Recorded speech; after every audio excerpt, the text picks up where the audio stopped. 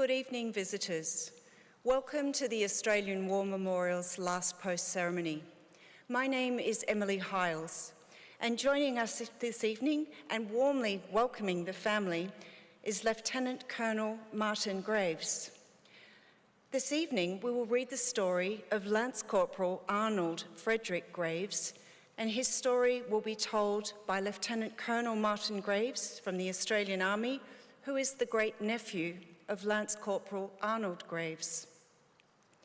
This evening, we are honoured to acknowledge Major General Sakanashi, Director General, Defence Planning and Policy Department, Air Staff Office, Japan Air Self-Defence Force, accompanied by Air Vice Marshal Glenn Braz, Deputy Chief of the Royal Australian Air Force, and his accompanying delegation. We welcome the veterans who have served, those that are still serving, and the families that love and support them. The live stream of this ceremony is made possible by the Returned and Services League of Australia and the RSL and Services Club Association. We welcome members who are watching the broadcast of this ceremony across Australia. During this evening's ceremony, wreaths will be laid at the base of the pool of reflection by family, visitors to the memorial, and students on behalf of St Paul's Primary School from Gateshead, New South Wales. If you're able, please stand and join in singing the national anthem.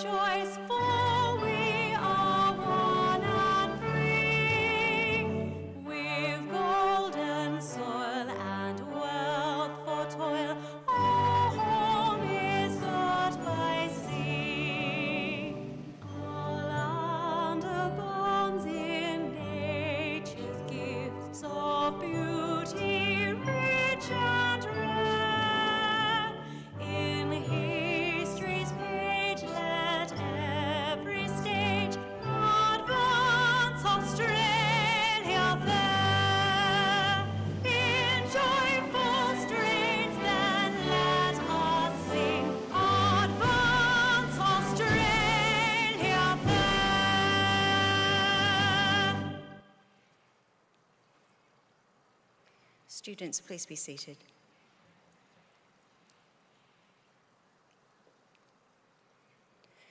The Australian War Memorial was the vision of Charles Bean, Australia's First World War official historian. Bean landed with the Australian troops on Gallipoli and stayed with them at the front through to the end of the war. The idea of this national memorial and museum came to him at Pozières, France, in the depths of the bloody fighting of 1916. Bean's idea was that this would be a place where family and friends could mourn loved ones buried in faraway places. It would also be a place that could help all Australians understand what these men and women had endured and what they had done for us. Bean's vision, to which we remain true, is best expressed as inscribed in the entrance to the memorial's galleries. Here is their spirit, in the heart of the land they loved, and here we guard the record which they themselves made. Tonight, we will read the story behind just one of those on the Roll of Honour, which lists the names of more than 103,000 men and women who have given their lives for us in war and on operations for more than a century. But first, we present a lament, Flowers of the Forest. Wreaths and floral tributes will now be laid at the base of the pool of reflection.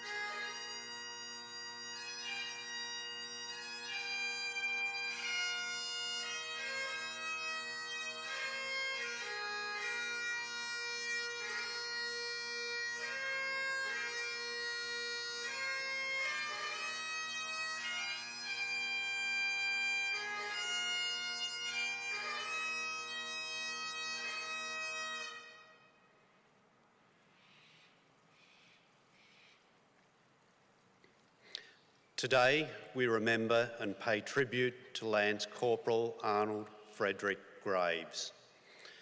Arnold Graves was born on the 18th of October 1904 in Nymagee, a small town in the northwest of New South Wales, the son of William and Elizabeth Graves.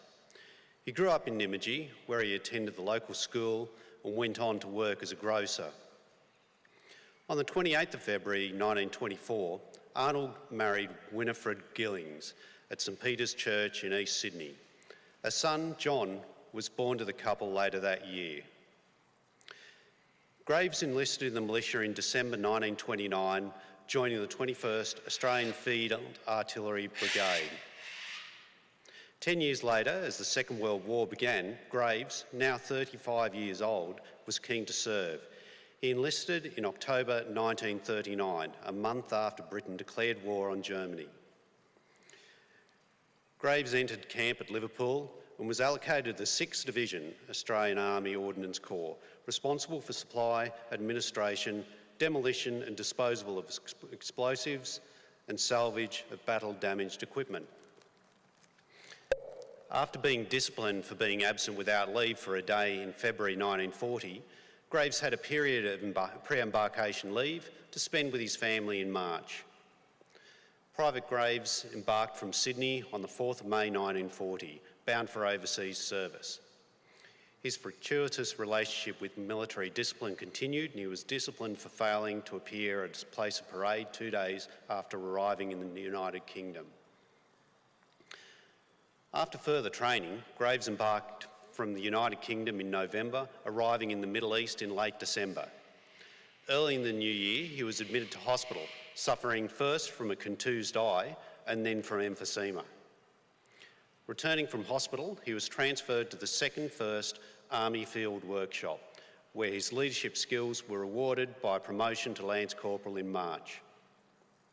The 6th Division, of which Graves' unit was part, first saw action in early 1941 against Italian forces in North Africa. On the 22nd of January, the Italian-held port of Tobruk fell to the Australians.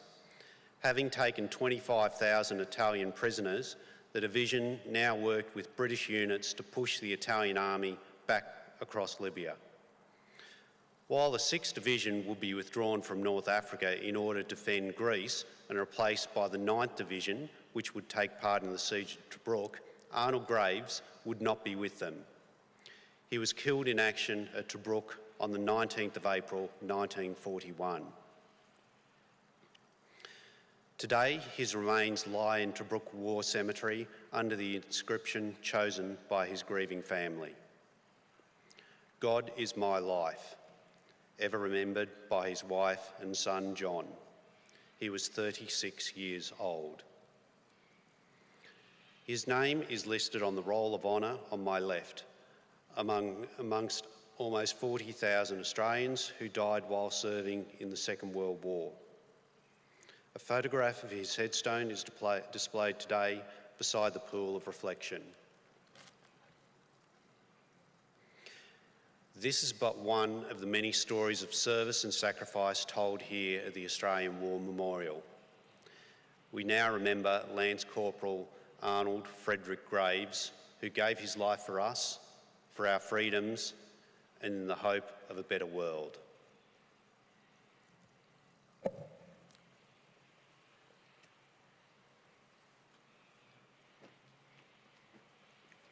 Please stand for the reading of the Ode and the sounding of the last post.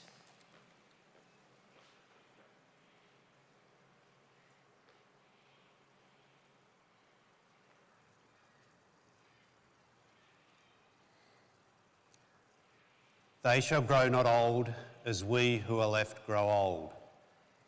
Age shall not weary them, nor the years condemn.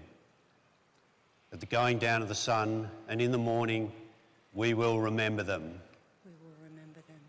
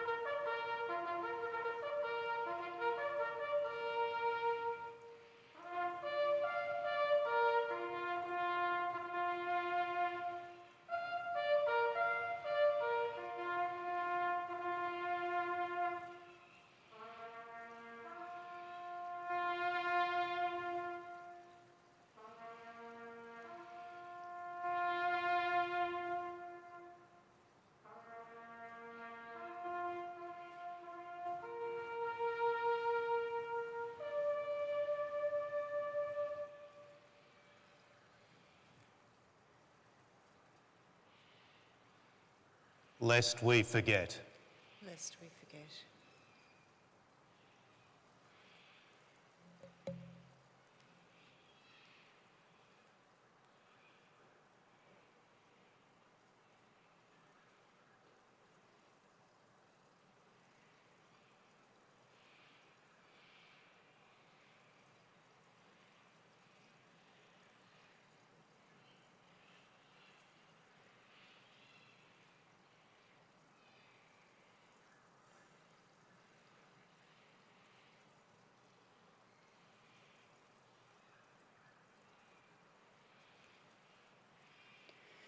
We leave you this evening with the words of the memorial's founder, Charles Bean. Many a man lying out there at Pozières or in the low scrub at Gallipoli, with his poor, tired senses barely working through the fever of his brain, has thought in his last moments, well, it's over. But in Australia, they will be proud of this. Ladies and gentlemen, that concludes the last post ceremony. On behalf of our director, staff and volunteers, thank you for visiting the Australian War Memorial today and for your continued support of the Memorial's development project. We wish you all a very pleasant evening.